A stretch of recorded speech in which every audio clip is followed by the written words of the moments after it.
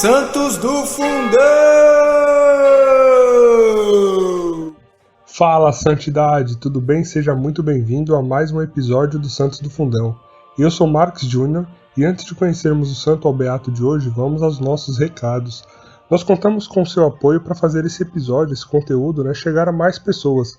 Então não deixe de compartilhar o episódio nas suas redes sociais e levar esse material também aos seus amigos, Já dizia São Francisco de Assis, evangelize a todo tempo e, se necessário, use podcasts. Bom, acho que foram essas palavras, ou algo muito próximo disso. E além disso, a gente quer também interagir com vocês e receber o feedback de vocês quanto a tudo isso que nós temos feito aqui. Então, o que você tem gostado, pode compartilhar com a gente. O que não gostou, principalmente, para a gente poder melhorar, Então entra nas nossas redes sociais, @só-pela-misericórdia, ou manda um e-mail pra gente, Acesse o nosso site lá que você vai ter todos os nossos contatos. Então vamos pro episódio para saber quem está com a gente hoje.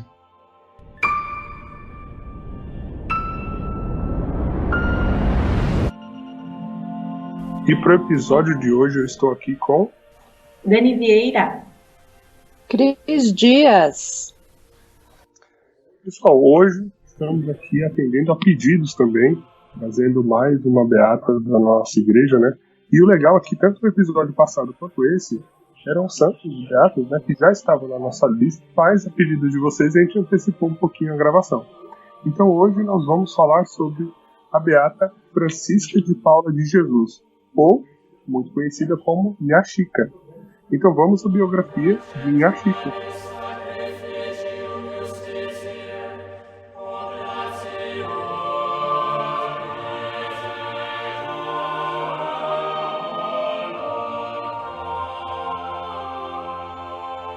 Francisca de Paula de Jesus nasceu em meados de 1808, em Santo Antônio do Rio das Mortes, distrito de São João del Rei, Minas Gerais. O único registro com uma data oficial é a do seu batismo, em 26 de 4 de 1810. Entre 1814 e 1815, muda-se para Baependi, a mãe, Senhora Isabel Maria, seu irmão Teotônio e a pequena Francisca. Em 1818, sua mãe veio a falecer. Os deixou sob cuidados de Deus e da Virgem Maria, Francisca com 10 anos e Teotônio com 12. Nha Chica morreu no dia 14 de junho de 1895, estando com 87 anos de idade. Em 1989, começou o processo de beatificação. Em 1991, recebe o título de Serva de Deus. Em 2011, são reconhecidas as virtudes heróicas que lhe concede o título de Venerável. Foi beatificada em 4 de maio de 2013 pelo Papa Francisco, representado pelo prefeito da Congregação das Causas dos Santos, Cardeal Ângelo Amato, em Minas Gerais. Ok, então hoje nós trazemos aqui mais uma santa brasileira, uma beata brasileira, e não tenho dúvida de que em breve será reconhecido aí um milagre para sua canonização. E geralmente eu começo então perguntando para vocês, o que vocês acharem de interessante, de conhecer um pouco mais da vida desse santo ou beato de hoje, mas hoje o episódio eu vou começar um pouco diferente. Vou eu começar falando aqui um pouquinho para vocês de uma coisa que já me chamou a atenção.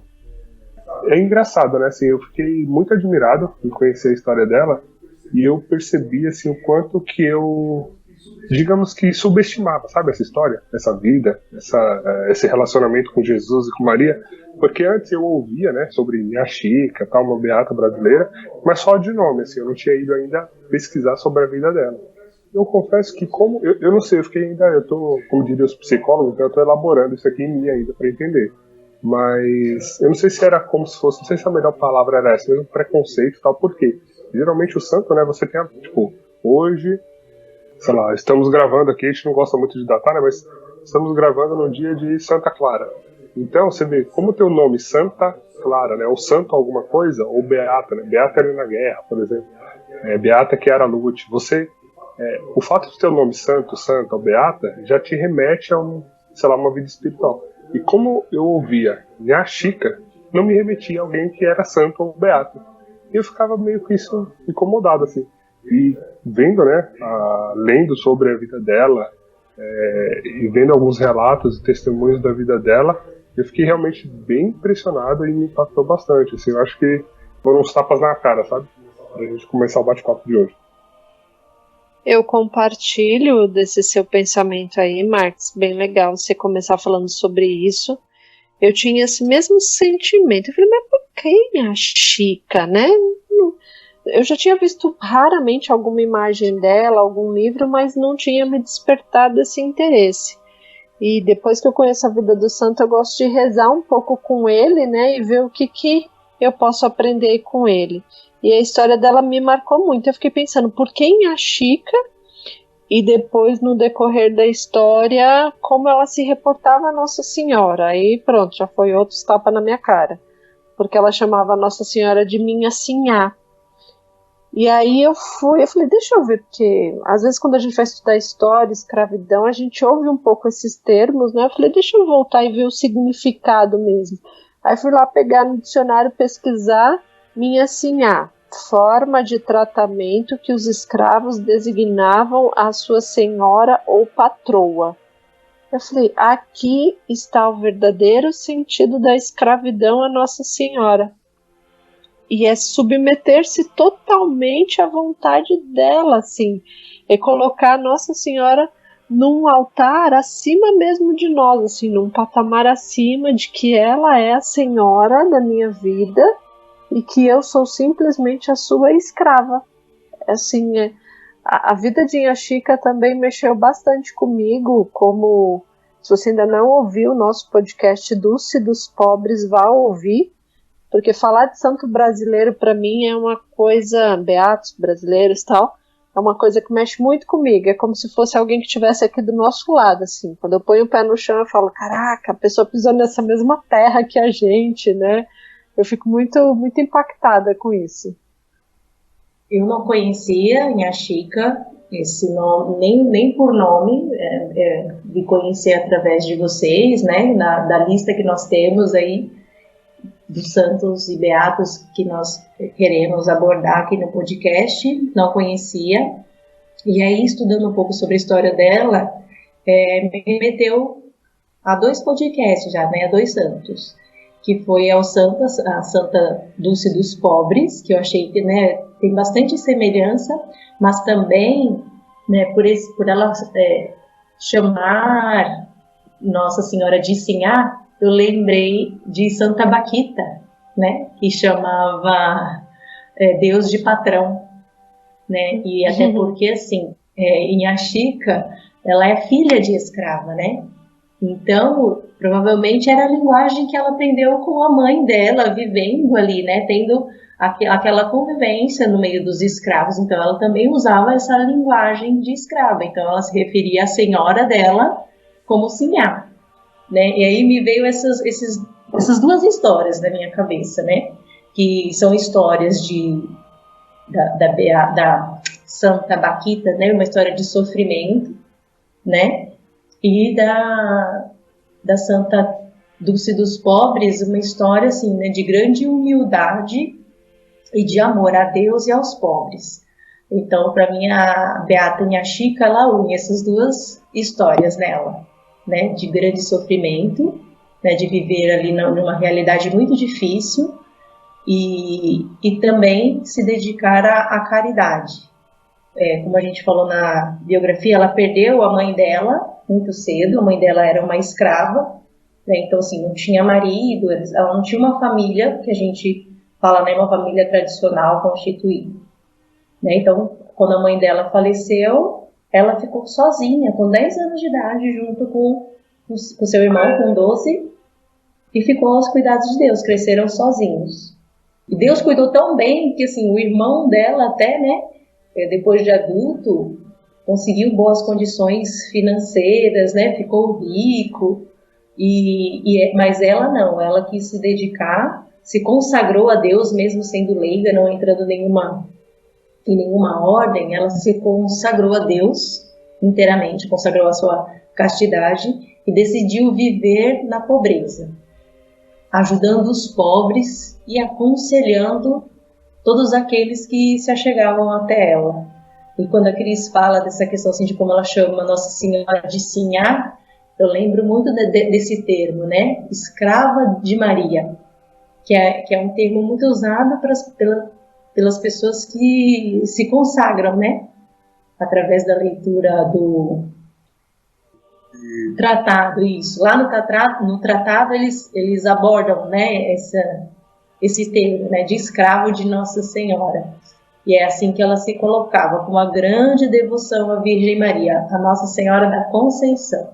Eu achei muito interessante também, com relação a esse termo, né, dela chamar Nossa Senhora de Minha Sinhá, é que ela não fazia nada sem consultar Nossa Senhora, né, nada, assim, às vezes ela ia fazer alguma coisa e alguém retrucava ela, né, tipo, mas minha Chica, como pode tal coisa? Aí ela, peraí, deixa eu perguntar pra Minha Sinhá. Ela ia pra casa, rezava ali diante da imagem de Nossa Senhora da Conceição que ela tinha, e aí ela voltava, Minha Sinhá falou que não sei o quê, então vamos por esse caminho. Ah, não, Minha Sinhá disse que não sei o que, ela não dava um passo, né, sem de fato pedir o direcionamento aí de Nossa Senhora.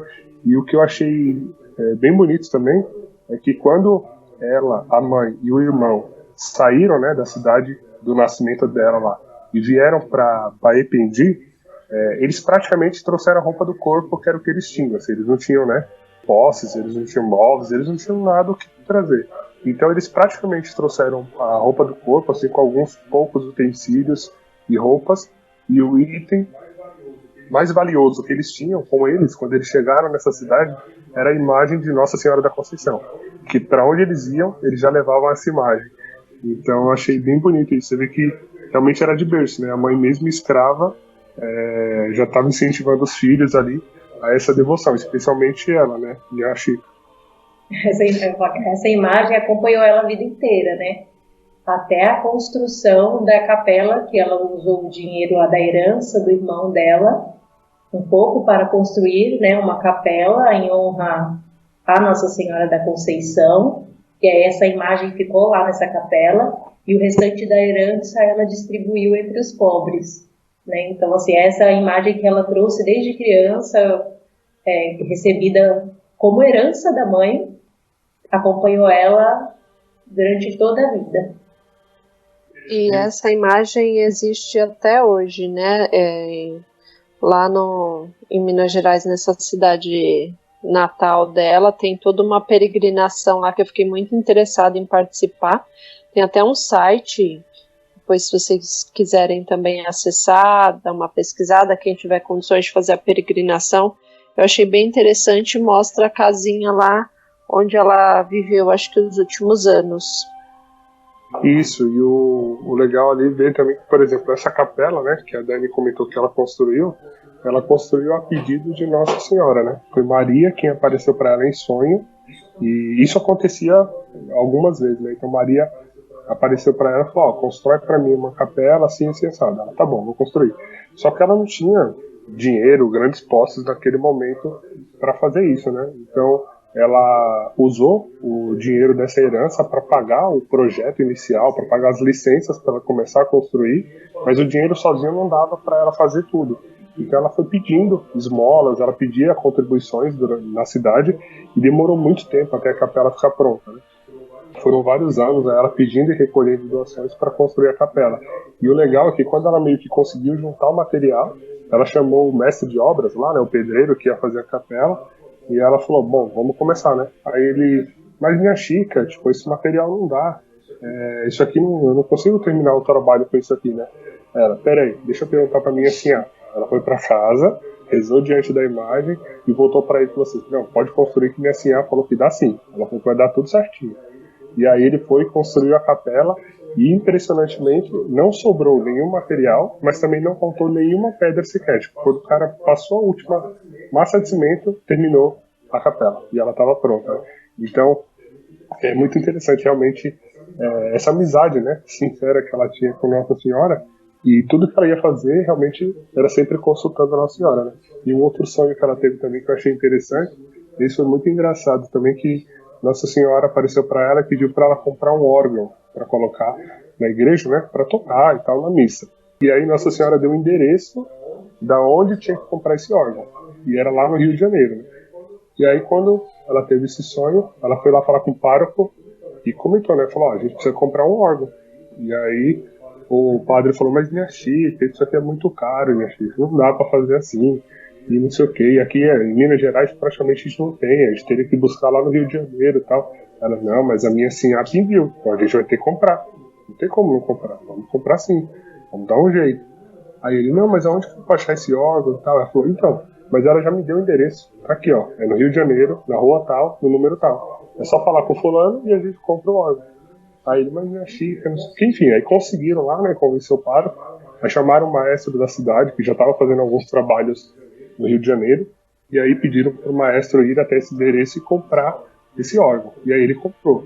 E aí vem de barco, né, tipo, de barco ali no navio, chegou em Minas Gerais e o trajeto final até a paróquia, né, até a cidade, era feito naqueles carros de boi, né, pela estrada de terra e tal.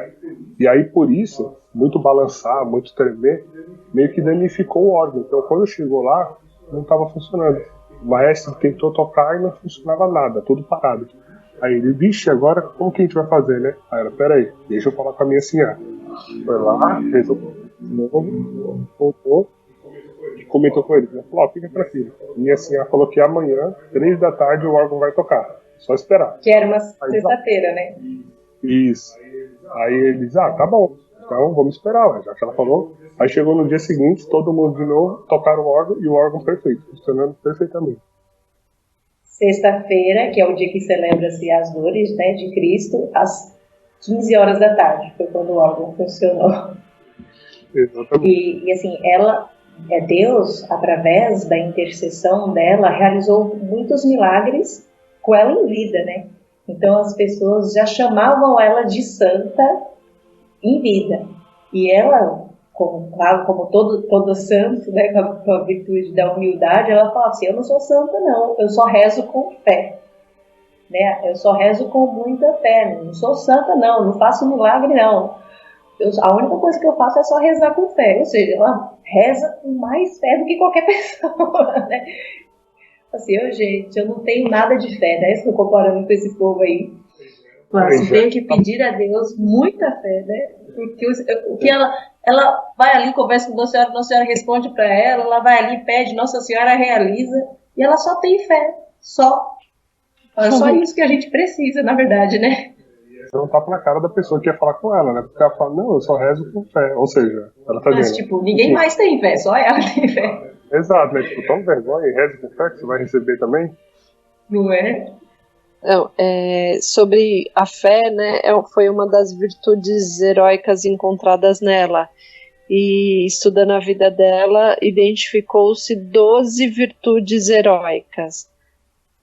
Pensa numa mulher analfabeta, filha de escravo, que teve uma infância aí super difícil, órfã, né, mudou de cidade, teve que recomeçar com só um irmão para ajudá-la, uma vida bem difícil, e aí encontra-se nela 12 virtudes heróicas, e dentre essas virtudes a fé como uma das principais, obediência, humildade, esperança, justiça, tal, e a sabedoria, que é esse dom que ela tinha de aconselhar as pessoas, de profetizar situações futuras, de rezar pelas pessoas, dizer, olha, vai acontecer isso na sua vida, tipo, você vai ter tantos filhos, seus filhos todos, quando estiverem adultos, vão morrer, seu marido vai morrer, e você, quando tiver tantos anos e já tiver viúva, vai entrar num convento e se dedicar à vida religiosa. E, tipo, as pessoas ficavam impressionadas. Mas ela tinha essa sabedoria que não é humana, porque uma pessoa que não sabia, né, ler e escrever naquela época, mas uma sabedoria divina que aconselhava desde os mais pobres aos mais ricos, os conselheiros da cidade iam se aconselhar com ela. E aí quando a Dani fala, né, que ela foi santa em vida, que as pessoas já reconheciam a santidade nela, vinha gente de São Paulo, do Rio de Janeiro, se aconselhar com ela, tamanha era a sabedoria dela diante das situações. Uma coisa que eu acho bonita, né, que quando a gente conta assim, histórias de alguns santos místicos, né? Porque no caso ela também era mística, porque tinha esse contato direto, né? Via Nossa Senhora, falava com a Nossa Senhora como a gente está conversando aqui, né? Nossa Senhora era tete a tete assim com ela, respondia na hora, papum. E o respeito que todos tinham por ela, né? Nenhum lugar que eu pesquisei, ela teve o sofrimento que outros santos místicos, né, da Europa tiveram de ser chamada de louca, né, de histérica, das pessoas duvidarem, né, que aquilo ali era a presença de Deus, de que ela era uma mediadora mesmo, né, ela era a boca de Deus aqui na Terra, né, era a mensageira de Deus. Tem um lugar que eu pesquisei, relatou essa dúvida, né? Então, assim, eu vejo que é uma graça mesmo, né, do povo brasileiro, acolhedor, e a gente brinca que a gente não tem fé, ao mesmo tempo que a gente tem essa fé meia boca, a gente acredita nas coisas que são de Deus, né?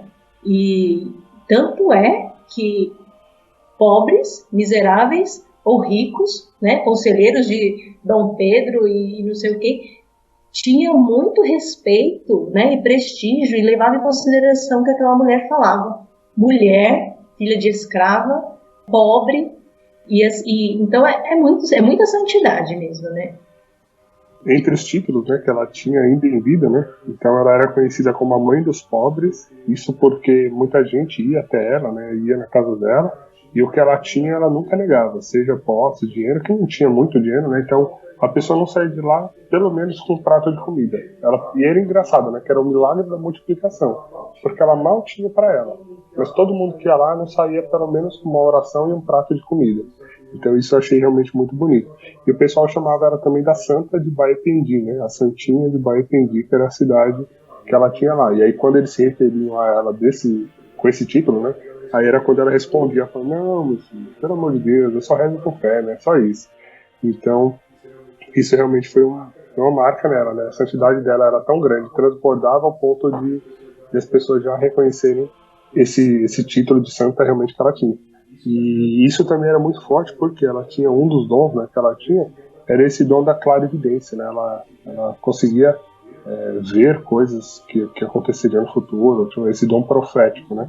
Isso de coisas desde as mais simples até as coisas, sabe, maiores, assim. Por exemplo, desde pessoas que eram fazendeiros ali na região, que iam perguntar, tipo, poxa, minha Chica, ontem, sei lá, roubaram o meu cavalo e tal. Ela, não, meu filho, fique tranquilo que seu cavalo tá em tal lugar, não sei o que, e amanhã ele vai aparecer lá no sua porta. Aí o cara acordava de manhã e o cavalo tava lá. Sabe? Então, coisas desse tipo que ia realmente confirmando a santidade dela, até esses conselheiros, né? Ela viveu ali, né, na época em que a família real estava chegando de Portugal aqui no Brasil, e até conselheiros do Império chegaram a se consultar com ela para tirar algumas dúvidas de alguns temas, pedir uma oração, alguma coisa assim. Então, realmente, né, como que uma analfabeta está aconselhando o Império, né? Para você ver até onde Deus leva a pessoa quando de fato ela é santa, né? E esse exemplo aí que a Cris comentou, né, foi interessante porque o pai, né, tipo, ele tinha uma filha e ela estava prometida em casamento e tal, e também tinha um desejo de uma vida religiosa, estava meio que mista, né, mas todo indicava o casamento mesmo, né. E aí o pai dela foi se consultar com a Inha Chica para entender qual que seria, né, em discernimento, assim, qual que seria o caminho que a filha tinha que tomar.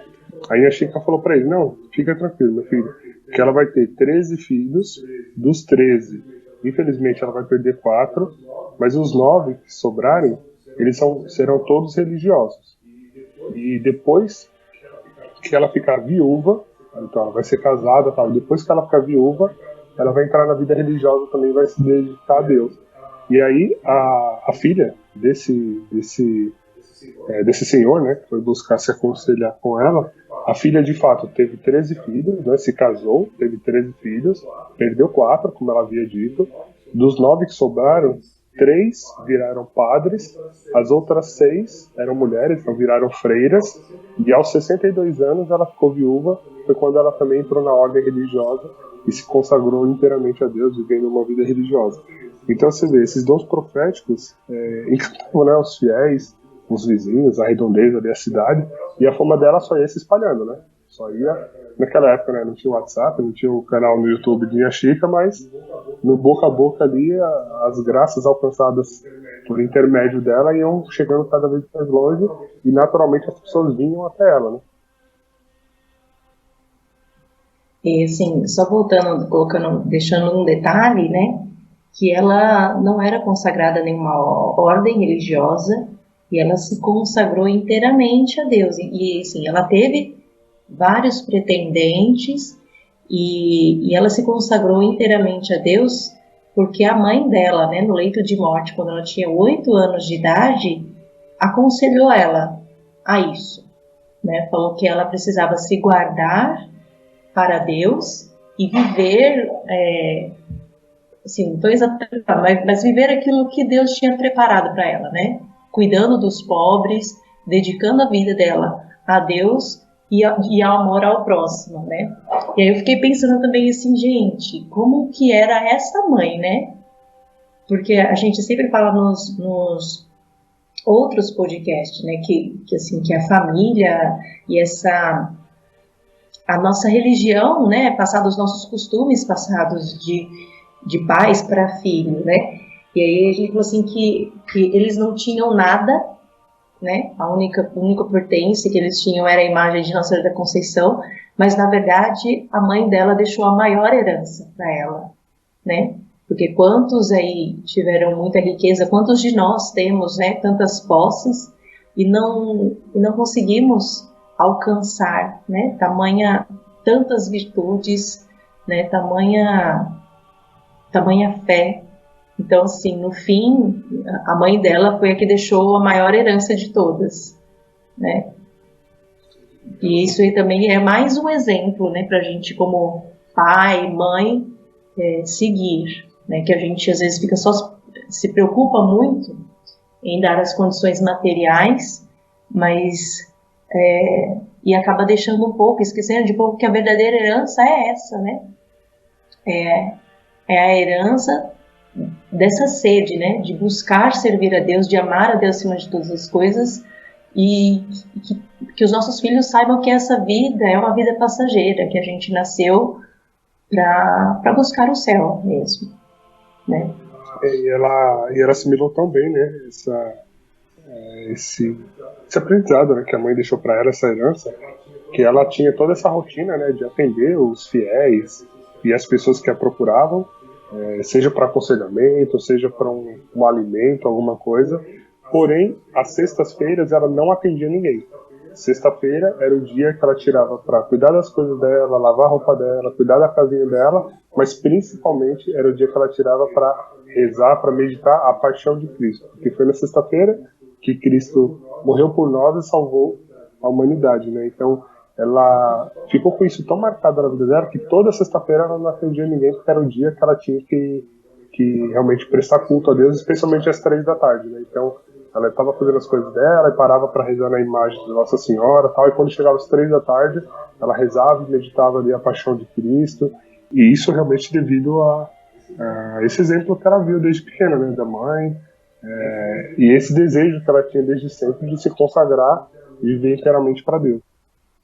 E é engraçado, né, como assim, ela foi agindo até em prol da própria beatificação, né, porque foi aberto então o processo de beatificação, como a Dani colocou aí na biografia, e você tem que recolher, né, uma série de documentos, uma série de testemunhos, são muitos anos aí, de fato, pesquisando e investigando a vida dela, para, de fato, reunir tudo aquilo e submeter o material para Roma, né, para que o Vaticano pudesse avaliar. E aí eles não encontravam o batistério dela, eles não tinham esse documento, né. E o pessoal falou, não, mas não é possível, tá aqui, porque ela se batizou, então a gente tem que achar. Aí começaram a ver, pô, se não tá aqui em Bahia Pendi, será que não tá lá em São João del Rei, no município lá, onde ela nasceu e tal? Ah, não, mas será que não tá no Rio de Janeiro? Porque quando ela passou... Então eles foram pensando e não estava em igreja nenhuma. Eles não achavam esse batistério, né, o atestado de batismo dela em lugar nenhum. E aí eles já estavam quase que desistindo de achar esse documento e tal. E aí o padre estava lá na igreja e chegou um rapaz, assim, um homem, e ele estava com uma caixa na mão, né? Ele falou, eu tô procurando o padre e tal, porque pediram para eu entregar isso aqui. Aí o padre falou, mas quem pediu? Não sei não, só me mandaram entregar isso aqui. Aí, tá, mas o que tem aí dentro? Eu também não sei não, eu só preciso receber pelo meu serviço, eu vim deixar isso aqui, pronto, acabou. E aí quando o pessoal abriu a caixa, eram documentos, eram papéis, eram livros, assim, meio que da paróquia, e entre esses documentos, o que estava lá? O batistério dela. Então você vê, né, ela já foi, inclusive, eles entenderam que aquilo realmente foi uma intervenção divina, através do pedido dela, talvez da intercessão, para que a coisa ocorresse, né? Inclusive, eles também estavam procurando uma foto dela, porque eles queriam colocar junto lá na documentação a foto, né? E depois de vasculhar tudo, de muito rodar, conseguiram achar uma única foto, que era a única foto que tinham registrado dela, lá na paróquia. Ela estava sentadinha numa cadeira lá na igreja, e eles pegaram essa foto. Inclusive, eu imagino que foi essa foto que foi usada para fazer a imagem dela, né? A inspiração para fazer a imagem dela. Que me foi chamou essa muito. Foto mesmo. Foi essa foto, né? Que ela tá com lenço lá sentadinha. Isso. E a imagem dela eu achei, sensacional. Por quê? Você olhando para a imagem dela, ali demonstra como de fato é ser um santo leigo, né? Porque assim, pensa, uma senhora normal, como eu, como você, como qualquer um de nós aqui, com o seu lencinho na cabeça, segurando o terço, rezando o terço, e a imagem dela, a original, assim, né? É um vestido todo floridinho, né? Todo bonito, assim, comportado e tal, e ela rezando o terço. Ou seja, é a nossa santidade, né?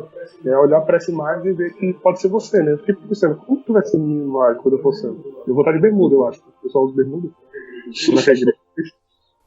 Bermuda e camiseta. Vai estar frio de 3 graus, eu vou estar de bermuda e camiseta. Não sei se eles vão deixar, não. E com um robozinho na mão.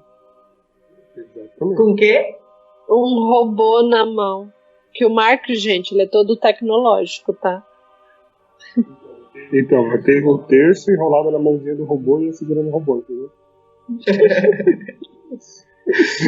E aí outras curiosidades aqui, né, sobre ela. Então essa questão da imagem me chamou bastante atenção.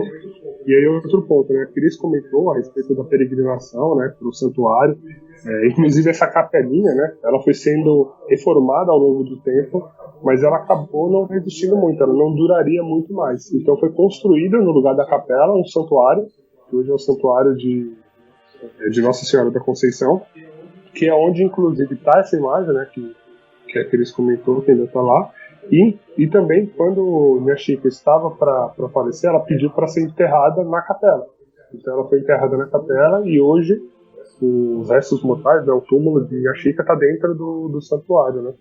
E o legal é que lá no santuário eles têm um catálogo onde você pode deixar o seu relato, o testemunho de graças alcançadas por intercessão de minha Chica, né?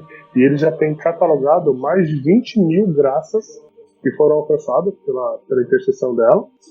Se você quiser saber um pouco mais, tem um site que é o www.minhachica.org.br, que lá tem toda essa questão da história também, fotos, tem a devoção. Você pode se hospedar, tem uma pousada em Minha Chica, então para você que é um peregrino, que quer se hospedar lá em Minas Gerais, você pode ir lá e conhecer o santuário, né, e a cidade ali onde viveu Minha Chica. Uma das coisas que também me impressionou é esse pessoal de Minas Gerais, né, esse povo ali de Minas Gerais, de onde viveu Minha Chica, o amor que eles têm pela história dela, por saber que dali nasceu uma santa. E é um amor, assim, o resgate que eles fizeram da história dela, num período em que não se tinha muitas coisas, né, escritas, onde a gente está falando de uma santa analfabeta que não escreveu nada, mas que as lembranças que se tem é da própria vida dela. Como é lindo ver esse zelo e esse cuidado deles, né, pela história dela, esse amor e essa devoção a ela. E um dos relatos de uma das freiras que eu ouvi, ela fala assim: eu tenho certeza que Minha Chica ama muito o nosso povo, porque ela é a cara do Brasil, né? Ela é brasileira, então ela ama muito o nosso povo, e o que pedir para ela, ela vai atender, e ela vai interceder. Eu achei muito bonito isso. E hoje em dia, assim como lá na Bahia, né, tem a obra de Santo Lúcio dos Pobres, lá também em Minas, na cidadezinha, tem a Associação Beneficente Inhaxica, que acolhe mais de 150 crianças, entre meninos e meninas, né? Então, assim, além dos milagres, né, que ela presenciou, né, e foi canal para o povo lá naquela época, ela rendeu frutos ainda depois de sua morte. Além das graças, a sua caridade, né, foi tomada como exemplo, e o povo lá daquela região deu continuidade aos trabalhos, né? Fundaram essa associação beneficente, e ela é patrocinada, né, por benfeitores devotos da Inhaxica. Então, quem sustenta essa associação são os próprios devotos de Inhaxica. E é uma coisa assim que eu acho muito bonito, né? Que logo quando ela faleceu, foi todo o povo, toda a comunidade, né, que pediu para o padre abrir o processo, né? Foi um tempo depois, mas assim, tanto amor, como a Cris relatou, que o pessoal tem por ela, que assim, o povo se reuniu e parece que meio que não sossegou enquanto não fosse aberto o processo, né? Porque eles queriam muito que ela fosse conhecida e venerada, né? Como ela merece, porque esses santos todos merecem sim a nossa admiração. Eles devem sim ser honrados para a honra e glória do nosso Senhor, não por eles mesmos, né? Porque tudo que eles viveram foram para a honra e pela graça de Deus. E foi muito até bonito ver, por exemplo, nessa pesquisa que eu estava fazendo, né? Eu gosto de dar uma olhadinha no que tem no YouTube, de material também, pegar alguns canais confiáveis, né? Algumas fontes confiáveis e tentar dar uma olhada, né? E aí foi legal, eu ia achando alguns vídeos de canais de TV diferentes, né? Mas os canais das TVs mineiras noticiando de quando foi oficializado que ela seria beatificada, né? Quando o Vaticano reconheceu o milagre, que seria esse milagre da beatificação, né? E o povo em festa, feito reportagens ao vivo lá no santuário, e o pessoal da cidade comemorando, passeata. Então, assim, eles já estavam, eles tinham realmente essa devoção tão grande, né? Uma paixão e um amor tão, tão bonito por ela, que quando saiu essa notícia, parecia carnaval, sabe? Estoura fogo, não sei o que, aquela festa, só pelo fato assim, dela ser beatificada, né? Que para a cidade lá foi realmente uma vitória, né? Eles conseguiram ter esse feito, esse marco, assim, de ter esse reconhecimento, né? Que era algo que eles lutavam tanto, porque a gente sabe, né, que o processo, ele naturalmente é um processo demorado, né? Porque a nossa igreja, ela tem o maior cuidado de confirmar tudo direitinho, né? Para não ter nenhum problema, e lá na frente não tem nenhum tipo de, vamos voltar atrás porque achamos um fato novo. Não tem essa história, né? É pesquisado tudo muito antes, é feito toda uma análise bem rigorosa, bem detalhada. O milagre, no caso dela, por exemplo, né, foi uma cura de uma senhora que teve um problema de coração. A cirurgia já estava até marcada, aí ela teve uma febre muito alta, tá? O médico pediu para esperar mais uma semana, então, para a febre dela baixar. E aí ela, naquele momento, rezou para a Inhaxica, falou, não vou fazer cirurgia, porque a Inhaxica vai me curar. E, de fato, a Inhaxica curou, né? Então, foram 7 médicos para atestar que, de fato, aquele caso ali não teria uma explicação natural, né? Não teria uma explicação científica para testar. E quando, então, eles, de fato, deram esse veredito, a cidade foi em festa, né? A missa dela, inclusive eu vou tentar deixar aqui no post desse episódio, vou tentar colocar aqui os links, de um documentário que foi feito pela Canção Nova, pela TV Canção Nova, um documentário bacana de você assistir, e também um vídeo da missa de beatificação. Eu encontrei a missa inteirinha de beatificação dela no YouTube, eu vou tentar deixar aqui para vocês acompanharem também. E uma curiosidade, mais uma curiosidade, que assim, a gente falou na biografia que ela morreu, né, em 14 de junho de 1895, mas ela só foi sepultada no dia 18, 4 dias depois, né, do seu falecimento. E durante esses 4 dias, né, no seu velório, as pessoas, como ela era muito conhecida, assim, várias igrejas dos lugares lá ficavam sempre lotadas, e as pessoas sentiam ali um perfume de rosas, que exalava do corpo dela durante 4 dias que ela ficou sendo velada. E depois também, 103 anos depois, em 1988, que o corpo dela foi exumado, né, por conta das investigações do processo de beatificação. O mesmo cheiro de rosas foi sentido, né, pelas autoridades eclesiásticas e até assim, pelos pedreiros, por todas as pessoas que estavam ali perto, né, depois de 103 anos. Foi mais um milagre aí para comprovar mesmo a santidade dela. As autoridades perguntaram se tinham jogado bom ar na igreja, porque o cheiro de se tinham colocado flores e tal. No testemunho que eu vi, ela até perguntou para uma senhora, ela falou, nossa, o perfume hoje tá forte, né? Tipo, eu só perfume pra vir hoje, né? Ela, mas eu tô sentindo, não sei o que, né, fulana? Pô, eles foram vendo quem era que tava mais perfumado pra saber de onde que era, né? Tem um livro que acho que já foi publicado na Itália, que o título é, né, em Chica, Perfume de Rosas, alguma coisa assim, porque ao longo da história da igreja também esse perfume de rosas é um sinal da presença de Nossa Senhora, né? E ela, como escrava de Maria, não poderia ser diferente, ser acompanhada por esse cheiro de rosas.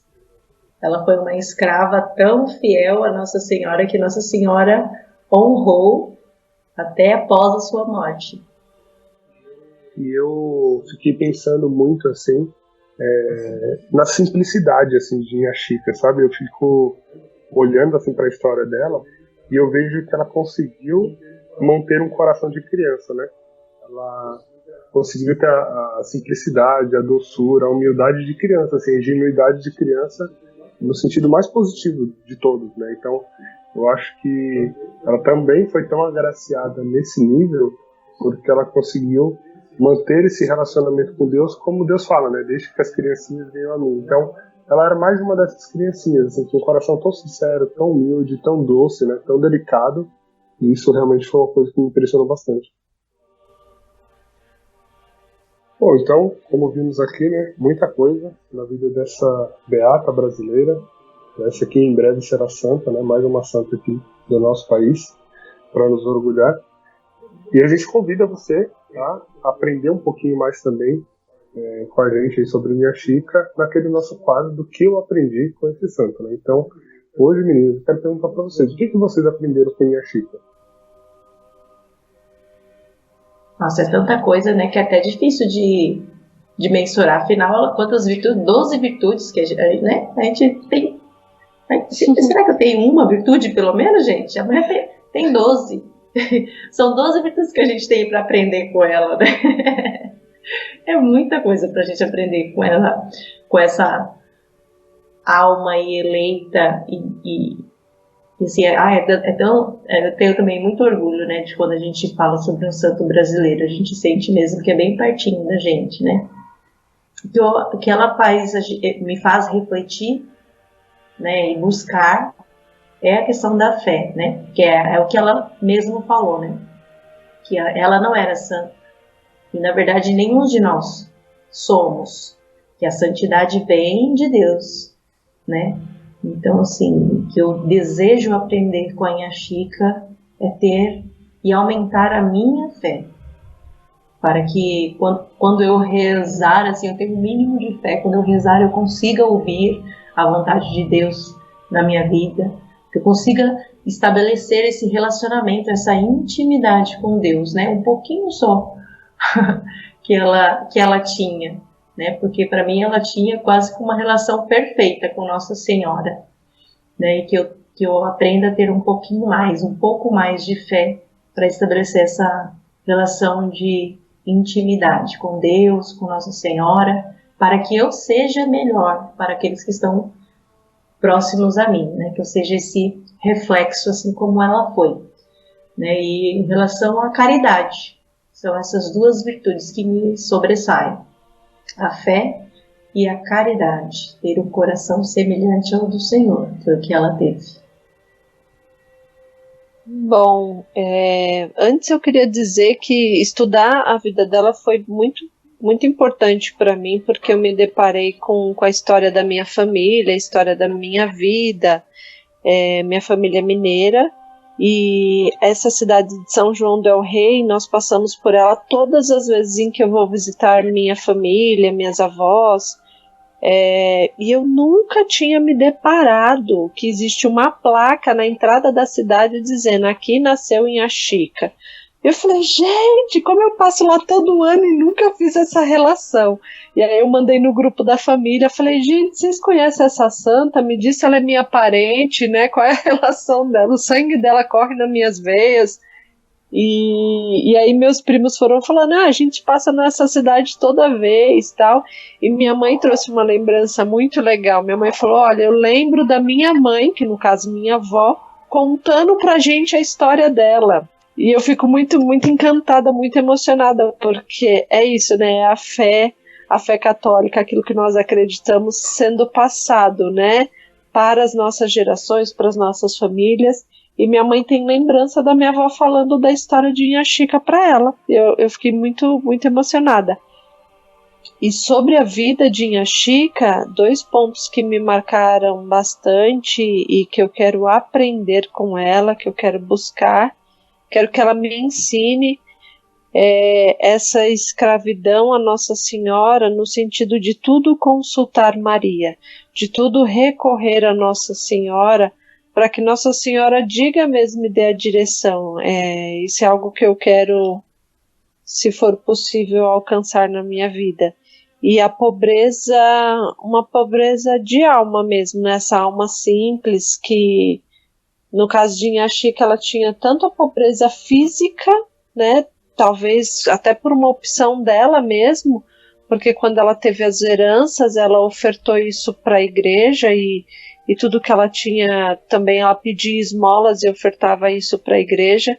Então essa pobreza de uma alma simples, né, de não ter apegos aqui, de tudo recorrer a Deus. E o que ela conseguia de riqueza era para Deus, era para a igreja. Isso é algo que me marcou bastante também. No meu caso, eu também fico assim com essa simplicidade dela, né? Esse coração de criança mesmo, como eu comentei no episódio, né?